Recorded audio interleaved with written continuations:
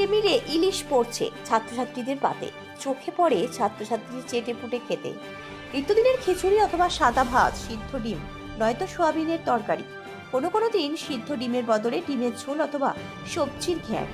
Mid day মিলের একঘেয়ে খাবারের বাইরে এবার পাতে দেয়া হলো ইলিশ। ঘটনাটি মথুরাপুর 2 নম্বর ব্লকের উলুবাড়ি বেরমাল অবৈতনিক প্রাথমিক বিদ্যালয়ে। মেনুতে ছিল খিচুড়ির সঙ্গে বেগুন ভাজা, ইলিশ ভাজা, মিষ্টি। এ নিয়ে স্কুলের এক ছাত্রী অনুশ্রী বৈদ্য জানিয়েছেন, এই ইলিশ পেয়ে খুবই খুশি সে। মিড ডে মিলের খাবারে এমন জিনিস থাকায় সকলেই খুবই আনন্দিত। এ নিয়ে বিভা হালদার নামে এক অভিভাবক জানিয়েছেন, তিনি আশেপাশের স্কুলের কোথাও এমন জিনিস দেখেননি। স্কুলের প্রধান শিক্ষকের উদ্যোগের পাতে এই ইলিশ দেওয়ার উদ্যোগ সাড়া ফেলে দিয়েছে এলাকায়। এই স্কুলটি সুন্দরবনের প্রত্যন্ত এলাকায় অবস্থিত।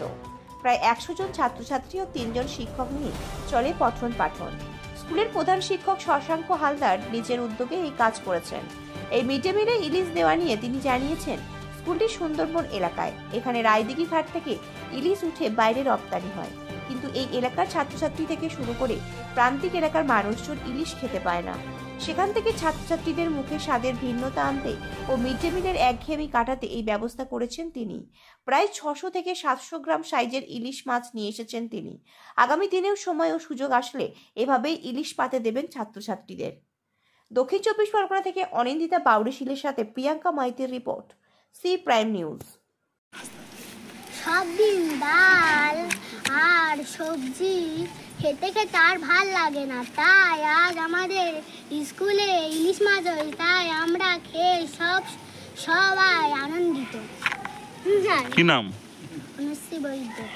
আজকে ইলিশ উৎসব হচ্ছে, আর এই যে আমাদের স্কুলের নাম হচ্ছে উলুবাড়ি বেরমাল অবৈতনিক প্রাথমিক বিদ্যালয়। স্কুলের প্রধান শিক্ষক শশাঙ্ক হালদার মহাশয়কে প্রথমেই আমি এই সদিচ্ছার জন্য কুর্নিশ জানাই, সম্মান জানাই।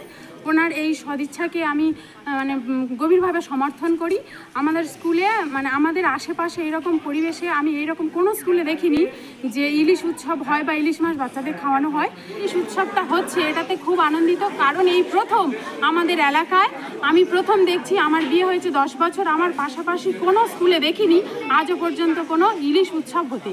এটাতে আমি খুবই আনন্দিত যে আমার 10 বছরের অভিজ্ঞতায়, আমার বিয়ের আগে বা এর আগেও অনেক স্কুলে মিড ডে মিল চালু হয়েছে, আমি দেখিনি। এই স্কুলে যে প্রথম শুরু হয়েছে ইলিশ উৎসব, সেইটাতে আমি খুবই আনন্দিত আর কি। আমরা যতজন অভিভাবক এসেছি সবাই। আপনার নাম? আমার নাম বিভা হালদার। আমার স্টুডেন্ট হচ্ছে, আমার মেয়ে হচ্ছে স্কুলের স্টুডেন্ট, শিশু শ্রেণীতে পড়ে, শ্রেয়া। আজ আমাদের বিদ্যালয়ে ইলিশ উৎসব হচ্ছে। এর উদ্দেশ্য হচ্ছে যে আমাদের রায়দিঘি ইলিশের জন্য বিখ্যাত। এই রায়দিঘি থেকে ইলিশ সারা পশ্চিমব্যাপী সর্বত্র চলে যাচ্ছে, অথচ এখানকার বাচ্চারা ঠিকমতো খেতে পায় না। বিশেষ করে আমাদের বিদ্যালয়ে যে সমস্ত ছাত্রছাত্রী, তারা বেশিরভাগ জন গরিব পরিবার থেকে এসেছে, তো তাদের পরিবারে ইলিশ কেনার সামর্থ্য তেমন নেই। তাই বিদ্যালয় থেকে আজকে তাদের প্রত্যেকের জন্য ইলিশ খাওয়ানোর ব্যবস্থা করা হয়েছে, এবং এতে তারা খুবই খুশি। কারণ মিড ডে মিলে তো প্রতিদিন প্রায় একই ধরনের ওই ডাল ভাত সোয়াবিন এগুলো হয়, ভালো লাগে না। তাই ইলিশের পেয়ে তারা অত্যন্ত খুশি। আর এই ইলিশ করার উৎসব করার আরেকটা উদ্দেশ্য আমাদের আছে, সেটা হচ্ছে যে ছোট ইলিশ সরকারিভাবে ধরা নিষিদ্ধ। তো সেই মেসেজটাও আমরা দিতে চাই যে আমরা ছোট ইলিশ ধরবো না। তাই আমরা বিদ্যালয়ে যে সমস্ত ইলিশগুলো এনেছি, প্রতিটা ওজন 600 থেকে 700 গ্রাম করে। তো আমরা এটাই বার্তা দিতে চাই যে ছোট ইলিশ আমরা ধরবো না, আমরা বড় ইলিশই খাবো। আমরা নিজেরাই যদি বড় ইলিশ খাওয়া শুরু করি, ছোট ইলিশ খাওয়া না খায়, তাহলে বাজারে এমনিতেই বন্ধ হবে। কারণ ছোট ইলিশ যদি আমরা বারবার খাই এবং বাজারে যদি চাহিদা থাকে, তাহলে একটা সময় ইলিশের টান পড়বে এবং সেক্ষেত্রে আরও দাম বাড়বে, গরিবরা মোটেই খেতে পাবে না। আপনার নাম এবং পরিচয়? আমার নাম শশাঙ্ক হালদার, উলুবাড়ি বেরমাল অবৈতনিক প্রাথমিক বিদ্যালয়ের প্রধান শিক্ষক।